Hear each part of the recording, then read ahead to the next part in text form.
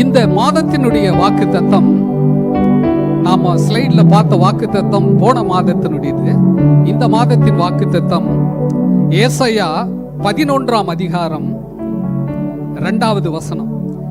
யாராவது ஒருத்தர் படிக்கலாம். ஏசாயா 11:1-2 2 வசனங்களையும் படிக்கும்படி அன்போடு கேட்டுக்கொள்கிறேன். இந்த ஸ்லைட்ல இங்க போடலாம். ஏசாயா 11ஆம் அதிகாரம் 1-2 வசனங்கள். ஈசா எனும் அடிமரத்தில் இருந்து ஒரு துளிர் தோன்றி அவர் வேர்களில் இருந்து ஒரு கிளை எழும்பி செழிக்கும், ஞானத்தையும் உணர்வையும் அருளும் ஆவியும், ஆலோசனையும் பெலனையும் அருளும் ஆவியும், அறிவையும் கர்த்தருக்கு பயப்படுகின்ற பயத்தையும் அருளும் ஆவியுமாகிய கர்த்தருடைய ஆவியானவர் அவர் மேல் தங்கியிருப்பார். பிரியமானவர்களே, கிறிஸ்து பிறப்பதற்கு பல நூறு ஆண்டுகளுக்கு முன்பாக ஏசாயா தீர்க்கதரிசி மூலம் உரைக்கப்பட்ட வாக்குத்தத்தம் இந்த வாக்குத்தத்தம். ஈசா எனும் அடிமரத்திலிருந்து ஒரு துளிர் தோன்றும், அந்த துளிர் கிளை எழும்பி செழிக்கும், அது ஞானத்தையும் உணர்வையும் அருளும் ஆவியும். 7 விதமான ஆவிக்குரிய காரியங்களை இந்த இடத்துல ஏசாயா பட்டியலிட்டு சொல்லுகிறதை, ஆண்டவர் மூலமாக கொடுத்த வாக்குத்தத்தத்தை இந்த இடத்துல அவர் பட்டியலிட்டு சொல்லுகிறார். The Spirit of Lord, the Spirit of wisdom, the Spirit of understanding, the Spirit of counsel, the Spirit of power, அப்புறம் the Spirit of knowledge, the Spirit of fear.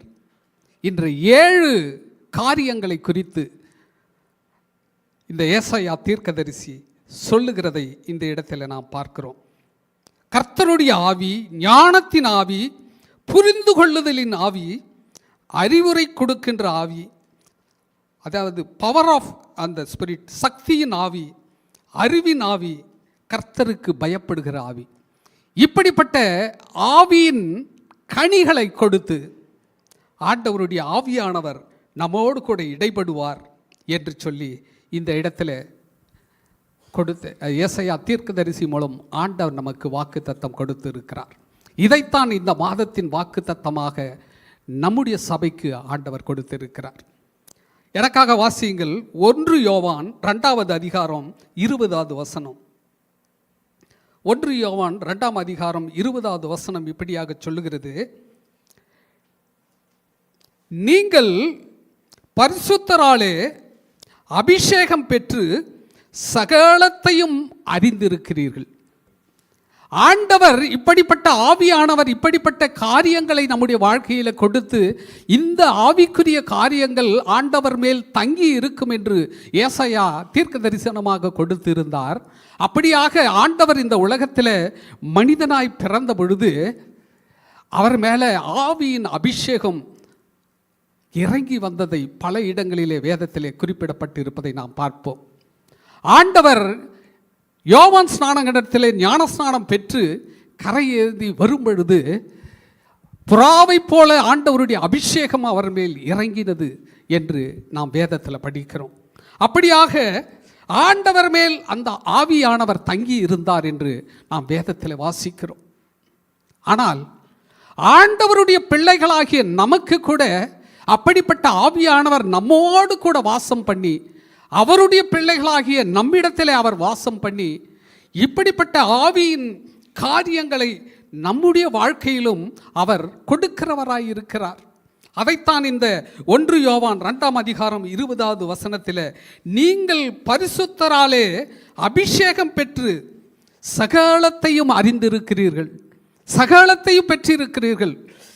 இங்கு எந்தெந்த ஆவிக்குரிய காரியங்கள் இந்த இடத்திலே பட்டியலிடப்பட்டு இருக்கிறதோ, இந்த ஏசாயா 11:2 குறிப்பிடப்பட்டு இருக்கிறதோ, இந்த ஞானத்தின் ஆவி, ஆலோசனையும் பெலனையும் அருகின்ற ஆவி, அறிவையும் கர்த்தருக்கு பயப்படுகிற பயத்தையும் அருளுகின்ற ஆவி என்று சொல்லி இருக்கிற இந்த 7 காரியங்களும் கர்த்தருடைய பிள்ளைகளாகிய நமக்கும் அது கொடுக்கப்பட்டு இருக்கிறது.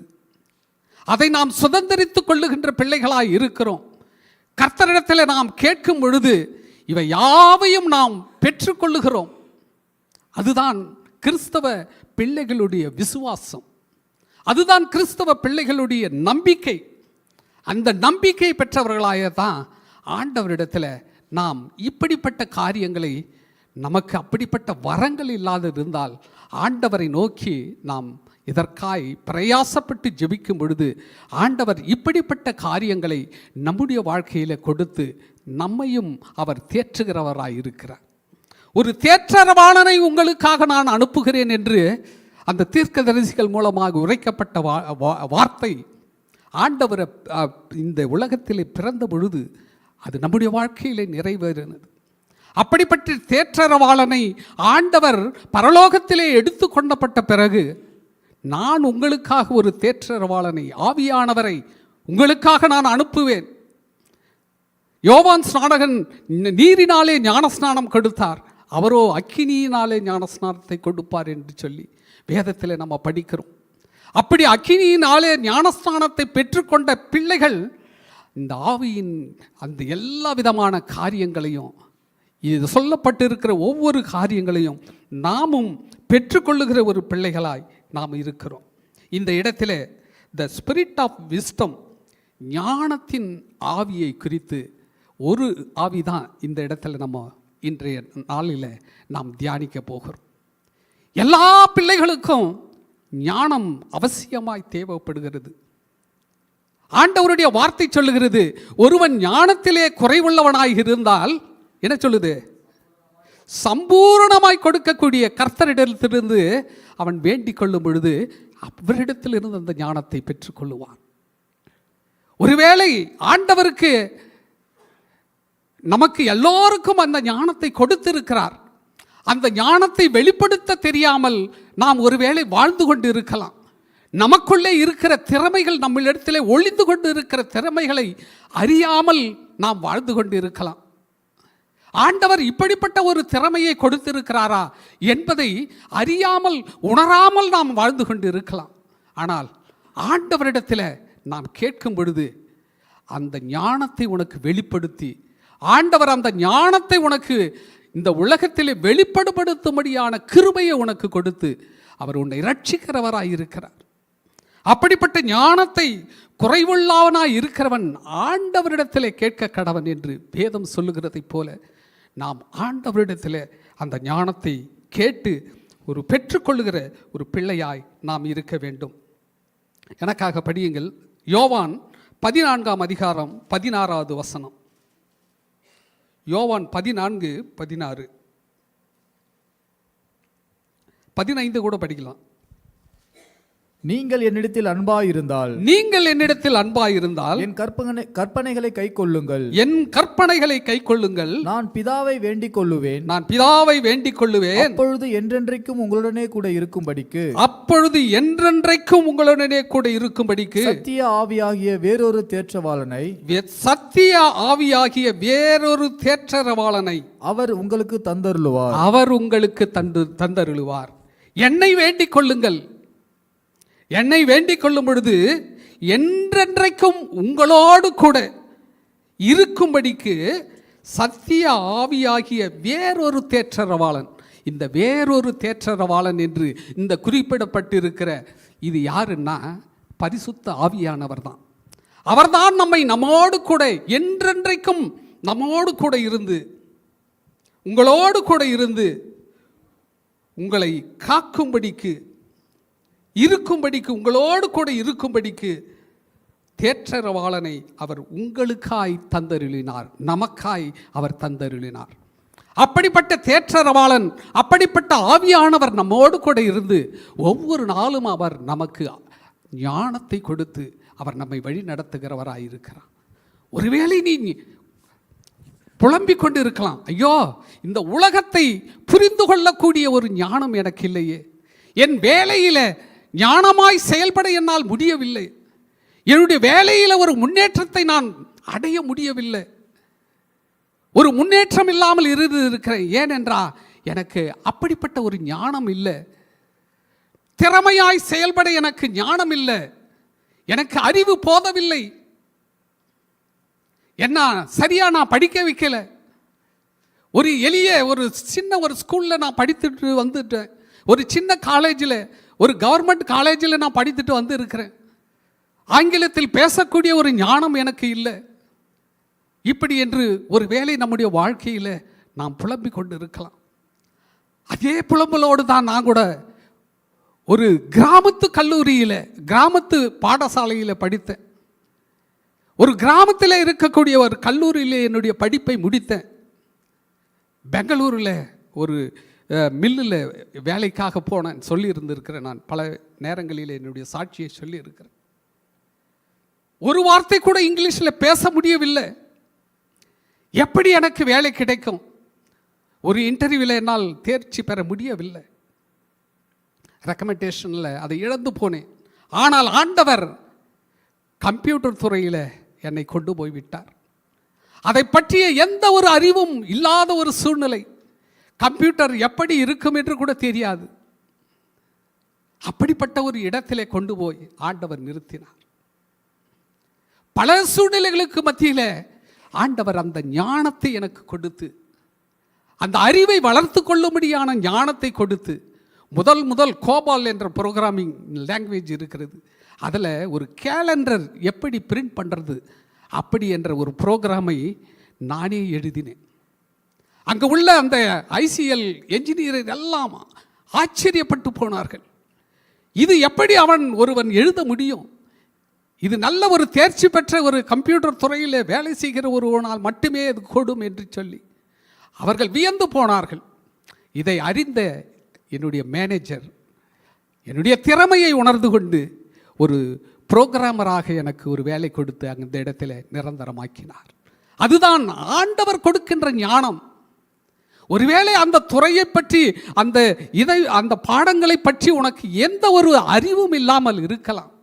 ஆனால் ஆண்டவரிடத்தில் நீ ஞானத்தை கேட்கும் பொழுது, அவருக்கு பயந்து நீ வழி நடக்கும் பொழுது, அந்த ஞானத்தை அவர் புரிந்து கொள்ளுகின்ற, அந்த காரியங்களை புரிந்து கொள்ளுகின்ற ஞானத்தை அவர் உனக்கு கொடுத்து அந்த இடத்திலே உன்னை அவர் உயர்த்துகிறவராய் இருக்கிறார். அந்த இடத்திலே உனக்கு ஞானத்தை கொடுத்து உயர்த்துகிறவராய் அவர் இருக்கிறார். இதைத்தான் யோசேப்பின் வாழ்க்கையில் பார்க்கிறோம். பல காரியங்களில் நம்ம யோசேப்பை குறித்து நம்ம தியானித்து கொண்டு இருக்கிறோம். போன இதில் கூட நான் அவரை குறித்து நான் சில பகுதிகளை நாம் வாசித்தோம் என்று நினைக்கிறேன். ஆண்டவர் அப்படிப்பட்ட ஒரு யோசேப்புக்கு ஒரு நல்ல ஞானத்தை கொடுத்து அவனுடைய ஞானம் குறித்த நேரத்தில் வெளிப்படும்படியாய் ஆண்டவர் கிருபை பாராட்டுகிறதை நாம் பார்க்கிறோம். ஆதியாகமம் 41வது அதிகாரத்தில் நம்ம பார்க்கும் பொழுது 28 to 40 வசனங்கள். ஆனால் அதை எல்லாத்தையும் நம்ம படிக்க தேவையில்லை. ஆண்டவர் யோசேப்புக்கு ஒரு ஞானத்தை கொடுத்திருந்தார். தரிசனங்கள் காணுகிற தரிசனங்களுக்கு வியாக்கியானம் சொல்லுகின்ற ஒரு ஞானத்தை யோசேப்புக்கு ஆண்டவர் கொடுத்திருந்தார். சிறு வயதிலிருந்தே அப்படிப்பட்ட ஞானம் அவனுக்குள்ளே இருந்தது. ஆனால் அதை உணர்ந்து கொள்ளாத அவருடைய சகோதரர்கள் அவனை அந்த ஒரு அடிமையாக விற்று போடுகிறார்கள். எகிப்து தேசத்தில் அவன் அடிமையாக எகிப்து தேசத்திலே கொண்டு போகப்படுகிறான். அந்த இடத்திலே அவன் மீது பழியை சுமத்தி அவனை சிறைச்சாலையிலே போடுகிறார்கள். சிறைச்சாலையிலே பாருங்க, அவனுடைய ஞானம் வெளிப்படும்படியாய் ஆண்டவர் கிருபை பாராட்டுகிறார். சிறைச்சாலையிலே அவனோடு கூட தங்கி இருக்கிற அந்த பானபாத்திரக்காரன் இன்னொருவனுக்கு ஒரு சொப்பனம் வருகிறது. அந்த சொப்பனத்திற்கு அவன் விளக்கம் சொல்லுகிறான். அவர்கள் அப்படியே அந்த சிறையில் இருந்து விடுதலை செய்யப்படுகிறார்கள். அவன் பார்வோனிடத்தில் போகிறான். அவன் பார்வோனிடத்தில் போய் பார்வோனுக்கு ஒரு சொப்பனம் வருகிறது. அந்த ராஜாவிற்கு ஒரு சொப்பனம் வரும் பொழுது அப்பொழுதுதான் அந்த பானபாத்திரக்காரன் யோசேப்பை நினைக்கிறான். என்னோடு கூட சிறையிலே இருந்த யோசேப்பு ஒரு நல்ல ஞானமுள்ளவனாய் காணப்பட்டான். அவன் சொப்பனங்களுக்கெல்லாம் விளக்கம் சொல்லுகிறவனாய் இருந்தான். இதை இந்த பார்வோனுக்கு நான் சொன்னால் அவனிடத்திலிருந்து அவர் விளக்கத்தை பெற்றுக்கொள்ளுவார் என்று சொல்லி அந்த யோசேப்பை சிறையிலிருந்து அவர்கள் கொண்டு வருகிறார்கள். அந்த ராஜாவின் கட்டளைப்படி அந்த யோசேப்பு சிறையிலிருந்து விடுவிக்கப்பட்டு நல்ல உடைகளை உடுத்தி ராஜாவின் அண்டையிலே அவர்கள் கொண்டு வருகிறார்கள். படிங்க இந்த 22வது அதிகாரம், அதாவது 41, ஜெனிசிஸ் 41, ஆதியாகமம் 41 30ஆம் வசனத்திலிருந்து படிப்போம். அதன் பின் பஞ்சம் உண்டாயிருக்கும் 7 வருஷம் வரும். 27 அப்பொழுது யோசேப் 25வது வசனத்திலிருந்து படிங்க. அப்பொழுது யோசேப்பு பார்வோனை நோக்கி, பார்வோனின் சொப்பனம் ஒன்றுதான், தேவன் தாம் செய்ய போகிறது என்னதென்று பார்வோனுக்கு அறிவித்திருக்கிறார். அவனுடைய சொப்பனம் என்னன்னாக்கா அது 21வது வசனத்திலிருந்து படிங்க. அவைகள் இவைகளின் வயிற்றுக்குள்ளே போயும் ஓகே. இதில் பார்வோன் யோசேப்பை நோக்கி, என் சொப்பனத்திலே நான் நதி ஓரத்தில் நின்று கொண்டிருந்தேன். அழகும் புஷ்டியுமான 7 பசுக்கள் நதியிலிருந்து ஏறி வந்து புல் மேய்ந்தது. அவைகளின் பின் இளைத்ததும் மகா அவலட்சணமும் கேவலமுமான வேறு 7 பசுக்கள் ஏறி வந்தது. இவைகளைப் போல அவலட்சணமான பசுக்களை எகிப்து தேசம் எங்கும் நான் கண்டதில்லை. கேவலமும் அவலட்சணமான பசுக்கள் கொழுமையான முந்தின 7 பசுக்களையும் பட்சித்து போட்டது. அவைகள் இவைகளின் வயிற்றுக்குள்ளே போயும். இடத்துல கொழுத்த 7 பசுக்கள் அவலட்சணமாக வீக்கா உள்ள ஒரு 7 பசுக்களை அவன் சொப்பனத்தில் காண்பிக்கிறான். அந்த கொழுத்த பசுக்களை இந்த அவலட்சணமான பசுக்கள் அது அபகரித்து கொண்டு அதை விழுங்கி போட்டது. அப்படியும் அதனுடைய அந்த இது மாறவில்லை அப்படின்ற இந்த இடத்துல ஒரு சொப்பனத்தை காண்கிறான். இன்னொரு சொப்பனம், பின்னும் நான் என் சொப்பனத்திலே நிறைமேனியுள்ள நல்ல கதிர்கள் ஒரே தாளில் இருந்து ஓங்கி வளர கண்டேன். நல்ல கதிர்கள் ஒரே தாளில் இருந்து ஓங்கி வளர கண்டேன். பின்பு சாவியானவைகளும் கீழ்காற்றினால் தீந்து பதறானவைகளுமான 7 கதிர்கள் முளைத்தது. பதறான 7 கதிர்கள், கொழுமையான 7 கதிர்கள். சாவியான கதிர்கள் அந்த 7 நல்ல கதிர்களையும் விழுங்கி போட்டது. சாவியான கதிர்கள் என்ன பண்ணுச்சு? 7 நல்ல கதிர்களை விழுங்கி போட்டுச்சு. இதை மந்திரவாதிகளிடத்தில் சொன்னேன். இதன் பொருளை எனக்கு விடுவிக்கிறவன் ஒருவனும் இல்லை என்றான். அவன் ராஜா மந்திரவாதிகள் உள்ள ஞானி சாஸ்திரிகள் எல்லாரையும் வர வச்சு இந்த சொப்பனத்திற்கு என்ன விளக்கம் என்று கேட்கிறான். யாராலையும் அதில் சொல்ல முடியவில்லை. அப்பொழுது யோசேப்பு பார்வோனை நோக்கி, பார்வோனின் சொப்பனம் ஒன்றுதான், தேவன் தாம் செய்ய போகிறது என்னதென்று பார்வோனுக்கு அறிவித்திருக்கிறார். ஒரே சொப்பனம் தான், ஒரே கருத்துள்ள சொப்பனங்கள் தான் நீ கண்டது அப்படின்னு சொல்லிட்டு அவனுக்கு விளக்கத்தை சொல்றாரு. 7 வருடங்கள் செழிப்பா இருக்கும், 7 வருடங்கள் பஞ்சமா இருக்கும். அந்த பஞ்சத்திலே ஜனங்கள் எல்லாம் பட்டினியால வாடுவார்கள். அவர்கள் எல்லாம் சாப்பாட்டிற்கு உணவில்லாமல் அழைத்து கொண்டு இருப்பார்கள். அப்படிப்பட்ட ஒரு கொடிய பஞ்சம் இந்த நாட்டிலே தோன்றும் என்று சொல்லி பார்வோனுக்கு அந்த விளக்கத்தை சொல்லுகிறான். ஆகவே அதற்கு ஆலோசனை கொடுக்கிறான். 7 வருடங்கள் செழிப்பான அந்த 7 வருடங்களில் வண்ட களஞ்சியங்களை எல்லாவற்றிலும் தானியங்களை நீ சேர்த்து வைக்கணும். அப்படி சேர்த்து வைத்தால் அது பஞ்ச காலத்திலே அது அவர்களுடைய பசியை தீர்க்கும். அதற்கான காரியங்களை நீ நடத்து. உள்ள திறமையான ஒரு ஆளை கொண்டு வந்து இந்த இடத்திலே அதிகாரியாய் நியமி என்று சொல்லி அந்த பார்வோனுக்கு கட்டளையிடுகிறான். அந்த கடைசி பகுதியில் பார்க்கும். இந்த வார்த்தை பார்வோனுடைய பார்வைக்கும் அவனுடைய ஊழியக்காரர் எல்லாருடைய பார்வைக்கும் நன்றாய் கண்டது. அப்பொழுது பார்வோன் தன் ஊழியக்காரரை நோக்கி, தேவ ஆவியை பெற்ற இந்த மனுஷனை போல வேறொருவன் உண்டோ என்றான். தேவ ஆவியை பெற்றிருக்கிற இந்த மனுஷனை போல வேறொரு ஞானம் உள்ளவனை எங்கு போய் நான் தேடுவேன்? அதைத்தான் இந்த இடத்துல பார்வோன் சொல்றான்.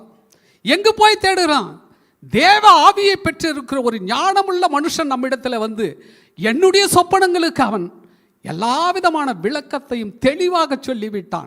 இவனை விட ஒரு அறிவுள்ளவனை, இவனை விட ஞானமுள்ளவனை நான் எங்கு போய் தேடுவேன்? படிங்க பிறகு. பின்பு பார்வோன் யோசேப்பை நோக்கி, தேவன் இவை எல்லாவற்றையும் உனக்கு வெளிப்படுத்தி இருக்கிறபடியால் உன்னை போல விவேகமும் ஞானம் உள்ளவன் வேறொருவனும் இல்லை. நீ என் அரண்மனைக்கு அதிகாரியாயிருப்பாய். உன் வாக்கின்படியே என் ஜனங்கள் எல்லாரும் அடங்கி நடக்க கடவர்கள். எல்லோரும் உனக்கு அடங்கி நடந்து கொள்வார்கள் என்று சொல்லி அவனுடைய முத்திரை மோதிரத்தை கழற்றி அவனுக்கு அணிவித்து அவனை ஊர்வலமாக சென்று எல்லா இடத்திலும் எல்லா அதிகாரிகளுக்கும் எனக்கு பிறகு 2ஆம் கட்டத்திலே அவனை வைத்து இவன்தான் இந்த தேசத்திற்கெல்லாம் அதிகாரியாக நான் நியமிக்கிறேன் என்று சொல்லி தன்னுடைய 43வது வசனம் படிங்க. தன்னுடைய இரண்டாம் ரதத்தின் மேல் அவனை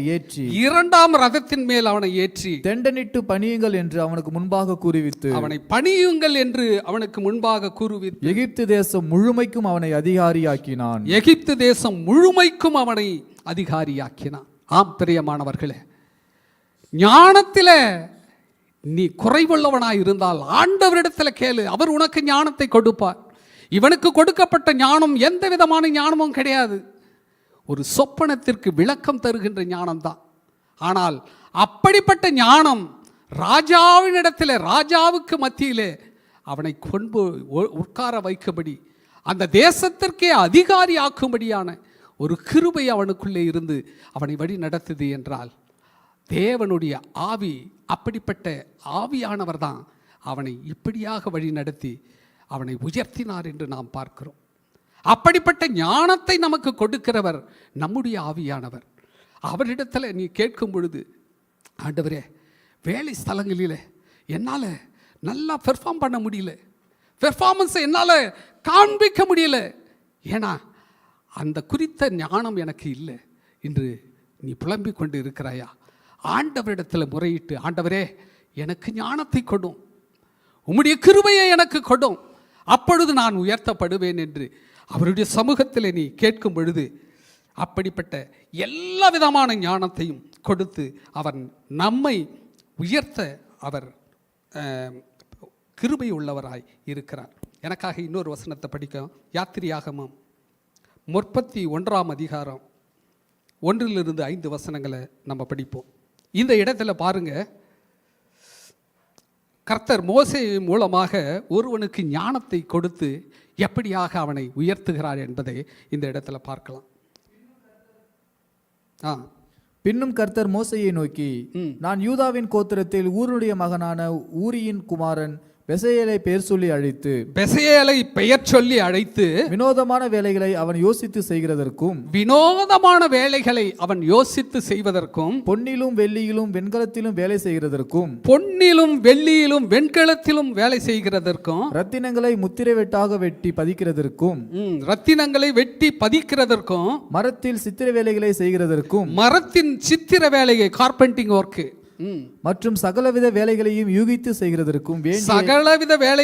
யூகித்து செய்வதற்கு வேண்டிய ஞானமும் புத்தியும் அறிவும் அவனுக்கு உண்டாக அவனை தேவ ஆவியினால் நிரப்பினேன்.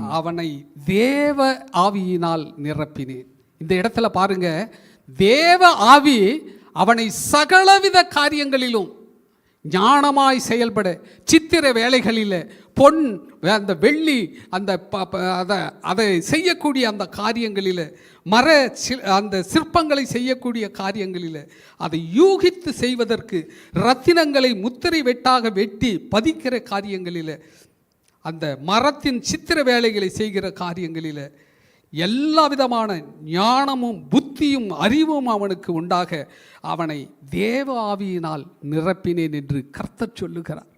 அப்படியாகத்தான் எந்த துறையாக இருந்தாலும், அது ஒரு கம்ப்யூட்டர் துறையாக இருந்தாலும், ஒரு தொழில்துறையாக இருந்தாலும், ஒரு ஃபேக்ட்ரியில் நீ வேலை செய்து கொண்டு இருந்தாலும், எந்தவித காரியத்தில் நீ ஈடுபட்டு கொண்டு இருந்தாலும், அந்த துறையில் எல்லா விதமான முன்னேற்றத்தையும் உனக்கு கொடுத்து உன்னை ஞானமுள்ளவனாய் மாற்ற, புத்தி கூர்மையுள்ளவனாய் மாற்ற ஆண்டவராலே அது கூடும்.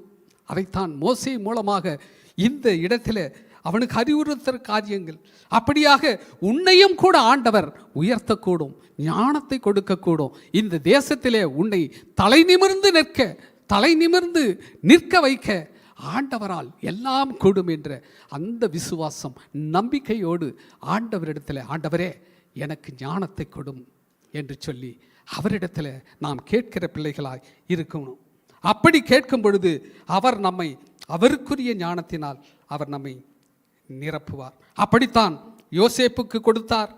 மோசேக்கு ஞானத்தை கொடுத்து அந்த இஸ்ரவேல் ஜனங்களை எகிப்திலிருந்து அவர்களை மீட்டு வரும்படியாக அவனுக்கு ஞானத்தை கொடுத்து அவனை உயர்த்தி அந்த பல லட்சம் ஜனங்களை வழி நடத்தி வருகிற ஒரு நல்ல படைத்தலைவனாக அவனை உயர்த்தினார். அவன் சொல்றான், ஆண்டவர் அழைக்கும் பொழுது, ஆண்டவரே எனக்கு பேச முடியாது, ஆண்டவரே நான் திக்குவாய் உள்ளவன், என்னால் பேச முடியாது.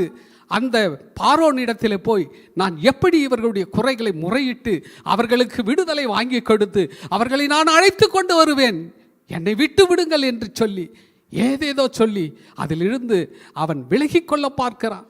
ஆனாலும் ஆண்டவர் சொல்லுகிறார், என்னுடைய சமூகம் உனக்கு முன்பாக செல்லும், நான் எல்லாவற்றையும் நேர்த்தியாய் நடத்தி உனக்கு ஞானத்தை கொடுத்து அந்த இஸ்ரவேல் ஜனங்களை வழி நடத்தக்கூடிய ஞானத்தை உனக்கு நான் கொடுத்து உன்னோடு இருந்து நான் உன்னை வழி நடத்துவேன் என்று சொல்லி அவனுக்கு தைரியத்தை கொடுத்து அவனை வழி நடத்துகிறார். அதை போலத்தான் யோசுவாவை அவர் வழி நடத்துகிறதை நாம் பார்க்கிறோம். அதை போலத்தான் சாலமோனை அவர் வழி நடத்துகிறதை நாம் பார்க்கிறோம். எனக்காக வாசியுங்கள் உபாகமம் 34 அதிகாரம் 9வது வசனம். 34:9. மோசே நூனின் குமாரனையே யோசுவாவின் மேல் தன் கைகளை வைத்தபடியினால் அவன் ஞானத்தின் ஆவியினால் நிறையப்பட்டான்.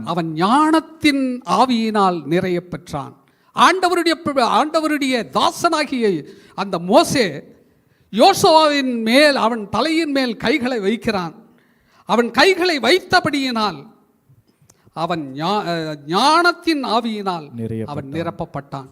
ஆண்டவருடைய பிள்ளை, ஆண்டவருடைய தாசர்கள் ஒரு நாள் உங்கள் தலையின் மேலோ உங்கள் மேல் கை வைத்து ஜெபிக்கும் பொழுது ஆண்டவர் அவர் மூலமாக தன்னுடைய ஞானத்தை உனக்கு கொடுத்து உன்னை உயர்த்துகிறவராய் இருக்கிறார். அப்படித்தான் மோசே மூலமாக யோசுவாவிற்கு அந்த ஞானம் கடந்து வரும்படியாக ஆண்டவர் கிருபை பாராட்டுகிறார். அதுக்கு அடுத்த பகுதியை படிங்க. இஸ்ரவேல் புத்திரர் அவனுக்கு கீழ்ப்படிந்து கர்த்தர் மோசேக்கு கட்டளையிட்டபடியே செய்தார்கள். அவனுக்கு கீழ்ப்படிந்து கர்த்தர் மோசேக்கு கட்டளையிட்டபடியே அந்த யோசுவாவுக்கு அந்த இஸ்ரவேல் ஜனங்கள் கீழ்ப்படிந்து அவனுடைய கட்டளைக்கு கீழ்ப்படிந்து நடக்கிற ஒரு தலைவனாக அந்த இடத்தில் மோசேக்கு பிறகு யோசுவாவை ஆண்டவர் எழுப்புகிறதை நாம் பார்க்கிறோம்.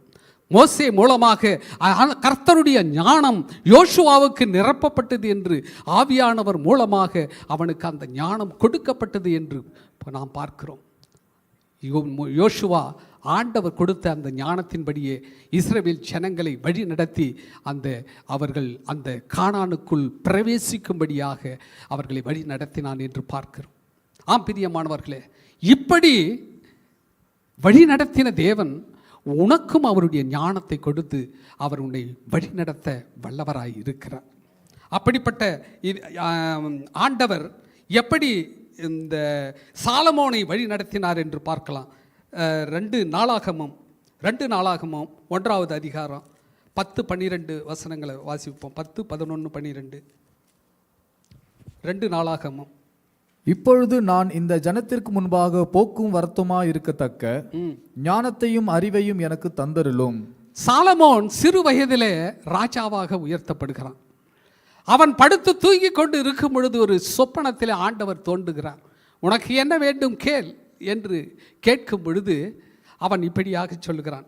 இதுதான், இப்பொழுதும் நான் அந்த ஜனத்திற்கு முன்பாக போக்கும் வரத்துமாய் இருக்கத்தக்க ஞானத்தையும் அறிவையும் எனக்கு தந்தருளும்.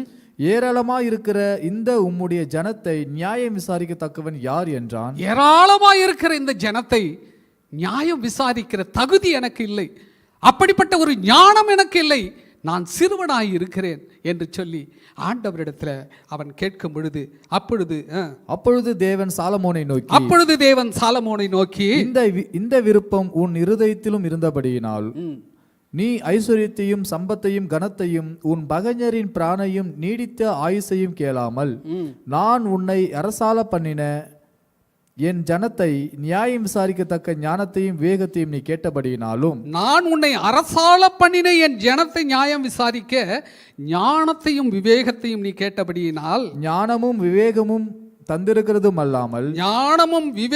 தந்ததும் அல்லாமல் உனக்கு முன் இருக்கிற ராஜாக்களுக்காகிலும் உனக்கு பின் இருக்கும் ராஜாக்களுக்காகிலும் இல்லாத ஐஸ்வர்யத்தையும் சம்பத்தையும் கனத்தையும் உனக்கு தருவேன் என்றார். உனக்கு முன்னும் பின்னும் இல்லாத ஐஸ்வர்யத்தையும் சம்பத்தையும் கனத்தையும் உனக்கு தருவேன் என்று சொல்லி பலவிதமான ஆசீர்வாதங்களை கொடுத்து ஆண்டவர் இந்த இடத்துல சாலமோனை உயர்த்துகிறதை நாம் பார்க்கிறோம். ஆண்டவரிடத்தில் அவன் ஞானத்தை மாத்திரம்தான் கேட்டான். அவன் கேட்டது மாத்திரம் இல்லை, அவர் எல்லாவற்றையும் கூட்டி கொடுத்து ஐஸ்வர்யத்தையும் சம்பத்தையும் கனத்தையும் அவனுக்கு கூட்டி கொடுத்து அவனை உயர்த்துகிறதை இந்த இடத்திலே நாம் பார்க்கிறோம். அப்படியாக ஆண்டவரிடத்தில் நாம் கேட்கும் பொழுது அவர் குறைவில்லாமல், நாம் கேட்டது மாத்திரமல்ல, நம்முடைய தேவைகள் என்ன என்பதை அவர் உணர்ந்தவராய் நம்முடைய தேவைகளை எல்லாம் நமக்கு கொடுத்து அவர் நம்மை வழி நடத்துகிறவராய் இருக்கிறார். ஒரு ஞானம் நமக்கு இருந்தால் போதும். ஞானத்தை தவிர வேறு என்ன இருக்கிறது? அந்த ஞானத்தை நமக்கு கொடுத்துட்ட ஆண்டவர் அந்த ஞானத்தை யாராலும் நம்மிடத்திலிருந்து பிடுங்கி கொள்ள முடியாது. பொருள் செல்வங்கள் இருந்தால் அதை ஈஸியாக மற்றவர்கள் திருடர்கள் வந்து நம்ம இடத்துலேருந்து அபகரித்து கொண்டு போயிடலாம். ஆனால் நமக்குள்ள ஞானத்தை யாராவது திருட முடியுமா? யாராலும் திருட முடியாது. அந்த ஞானத்தை கொடுக்கிறவர் கர்த்தர். அதனால தான் சாலமோன் அறிவாய் அந்த ஞானத்தோடு அவன் கேட்குறான், ஆண்டவரே எனக்கு ஞானத்தை கொடுங்க, மற்ற எல்லாவற்றையும் அந்த ஞானத்தின் மூலம் நான் சம்பாதித்து கொள்ளுவேன். ஆனால் ஆண்டவர் எல்லாவற்றையும் கூட்டி கொடுத்து சம்பத்தையும் அந்த செல்வத்தையும் எல்லாவற்றையும் கொடுத்து அவனை உயர்த்துகிறதை நாம் பார்க்கிறோம். அப்படி இந்த நேரத்தில் ஆண்டவருடைய செய்தியை கேட்டுக்கொண்டு இருக்கிற பிள்ளைகளாகிய நாம் கூட ஆவியானவரிடத்தில், ஆண்டவரே எனக்கு ஞானத்தை கொடும், உம்முடைய கிருபை எனக்கு போதும் ஆண்டவரே, your grace is sufficient for you என்று நீங்கள் சொல்லி இருக்கிறீங்களே, உம்முடைய கிருபை எனக்கு போதும் ஆண்டவரே. அந்த கிருபை இருந்துச்சுன்னா, உம்முடைய நீர் கொடுக்கின்ற அந்த ஞானம் இருந்ததுன்னா இந்த உலகத்தில் ஒரு நல்ல போராட்டத்தை என்னால் போராட முடியும், சத்துருக்களை என்னால் ஜெயிக்க முடியும், இந்த உலகத்தில் நான் தலை நிமிர்ந்து வாழ முடியும். அப்படிப்பட்ட ஞானத்தை எனக்கு கொடுத்து என்னை ஆண்டவரே நீங்கள் உயர்த்துங்க என்று சொல்லி ஆண்டவரிடத்தில் இந்த ஞானத்தை நாம் கேட்டு பெறுகின்ற ஒரு பிள்ளைகளாய் இருக்கணும். 1 கொரிந்தியர் 12ஆம் அதிகாரம் 7-8 வசனங்கள் இல்லை, இதைத்தான் கொரிந்தியர் புஸ்தகத்திற்காக எழுதின பவுல் இப்படியாக சொல்லுகிறார். 1 கொரிந்தியர் 12ஆம் அதிகாரம் 7-8. ஆவியினுடைய அனுக்கிரகம் அவனவருடைய பிரயோஜனத்திற்கென்று அளிக்கப்பட்டிருக்கிறது. ஆவியினுடைய அனுக்கிரகம் யாருக்கு அளிக்கப்பட்டிருக்கிறது? அவனவன் பிரயோஜனத்திற்கென்று அளிக்கப்பட்டிருக்கிறது. எப்படியெனில் ஒருவனுக்கு ஆவியினாலே ஞானத்தை போதிக்கும் வசனமும் வேறொருவனுக்கு அந்த ஆவியினாலேயே அறிவை உணர்த்தும் வசனமும்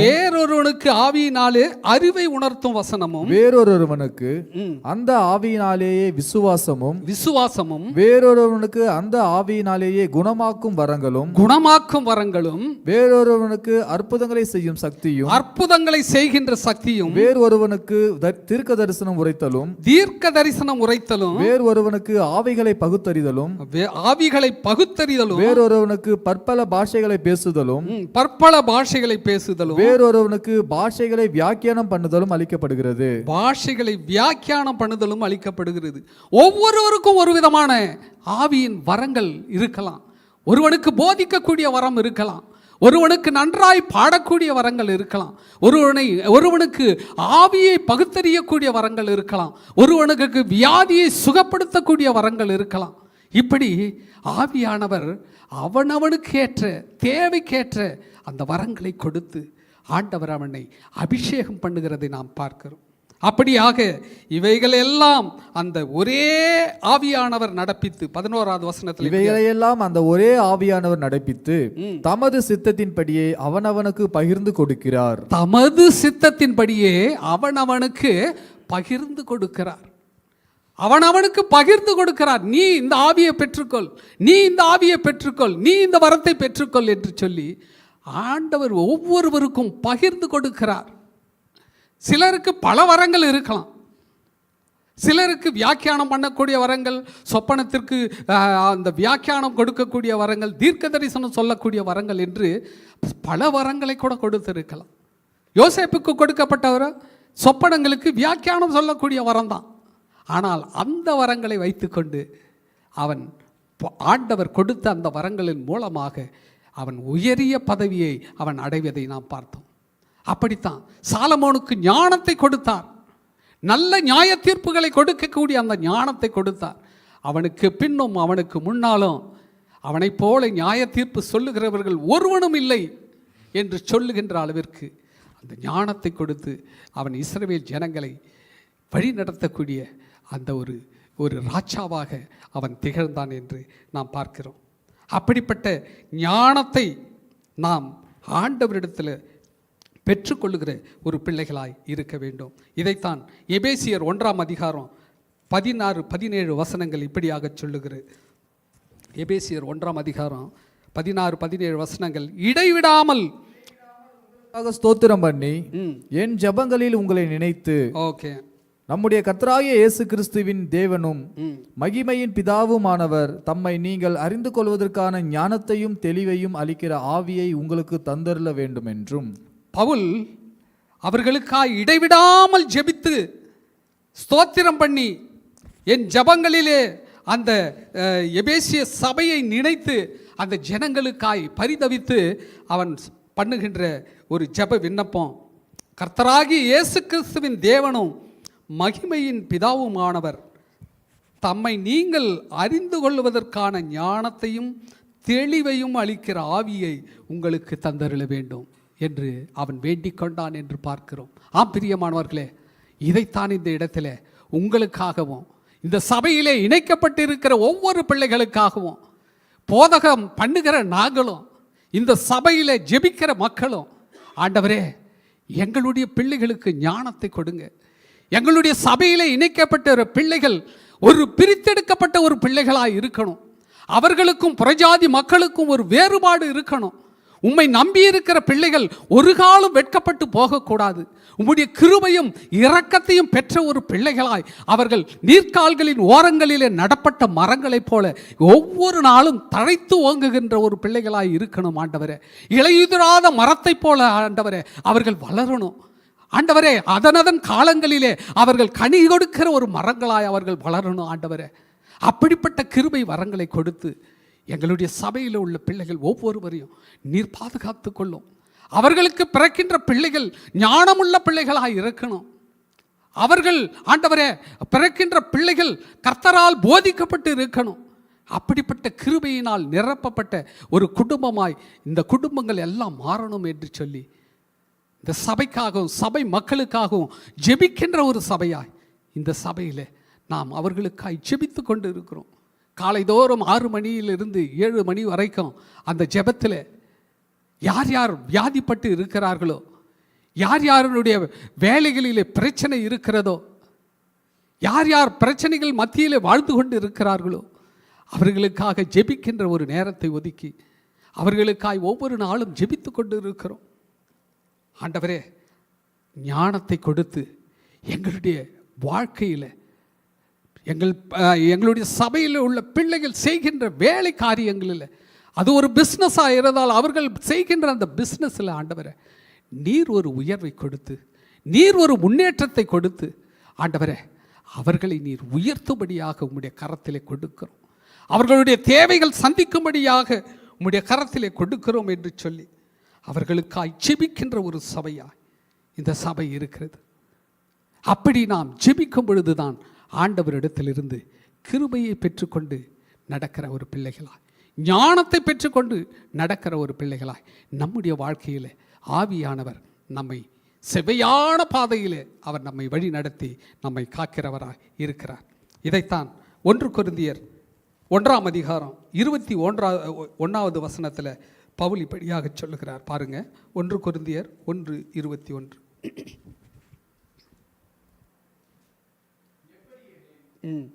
எப்படியெனில் தேவ ஞானத்திற்கேற்றபடி உலகமானது சுய ஞானத்தினாலே தேவனை அறியாதிருக்கையில் பைத்தியமாக தோன்றுகிற பிரசங்கத்தினாலே விசுவாசிக்கிறவர்களை ரட்சிக்க தேவனுக்கு பிரியமாயிற்று. விசுவாசிக்கிறவர்களை ரட்சிக்க தேவனுக்கு பிரியமாயிற்று. அவர்கள் உலகமானது சுய ஞானத்தினாலே தேவனை அறிந்திருக்கையில், இந்த உலகம் என்ன பண்ணுது? சுய ஞானத்தினாலே தேவனை அறிந்திராமல் அறியாது இருக்கிறது. என்ன பண்ணுது இந்த உலகம்? சுய ஞானத்தினாலே தேவனை அறியாமல், எனக்குள்ள ஞானம் போதும், எனக்குள்ள கிருபை போதும், எனக்குள்ள பணம் போதும், எனக்குள்ள செல்வம், நான் கற்றிருக்கிற அந்த கல்வி, இதையெல்லாம் என்னை காப்பாற்றும் என்று சொல்லி அவர்களுடைய சுய ஞானத்தினாலே உம்மை அறியாதிருக்கிற பொழுது, நீர் உம்மை அறிந்திருக்கிற பிள்ளைகளுக்கு அந்த பைத்தியமாய் தோன்றுகின்ற அந்த பிரசங்கத்தினால விசுவாசிக்கிறவர்களை ரட்சிக்க தேவனுக்கு அதுதான் பிரியமாய் இருக்கிறது என்று சொல்லி, ஒருவேளை நாங்கள் பிரசங்கம் பண்ணுகிற காரியங்கள் பைத்தியமாக தோன்றலாம், ஆனால் ஆண்டவருடைய வேதம் நமக்கு அறிவுறுத்துகிற அந்த வார்த்தைகளை நாம் பின்பற்றி அதை விசுவாசித்து அதன் மேல் நம்பிக்கை வைத்து நடக்கும் பொழுது ஆண்டவர் நம்மை ஞானத்தினாலும் கிருபையினாலும் நம்மை அவர் உயர்த்த வல்லவராயிருக்கிறார். ஆகவே ஆண்டவரிடத்தில், ஆண்டவரே, இந்த ஞானத்தினால நீர் எங்களை நிரப்பும்படியாய் உம்முடைய கரத்திலே நாங்கள் கொடுக்கிறோம் என்று சொல்லி ஒரு பாடலை பாடி ஆண்டவருடைய நாமத்தினால ஆண்டவரிடத்தில் நாம் ஒப்பு கொடுத்து அதற்காக ஜெபிக்கலாம்.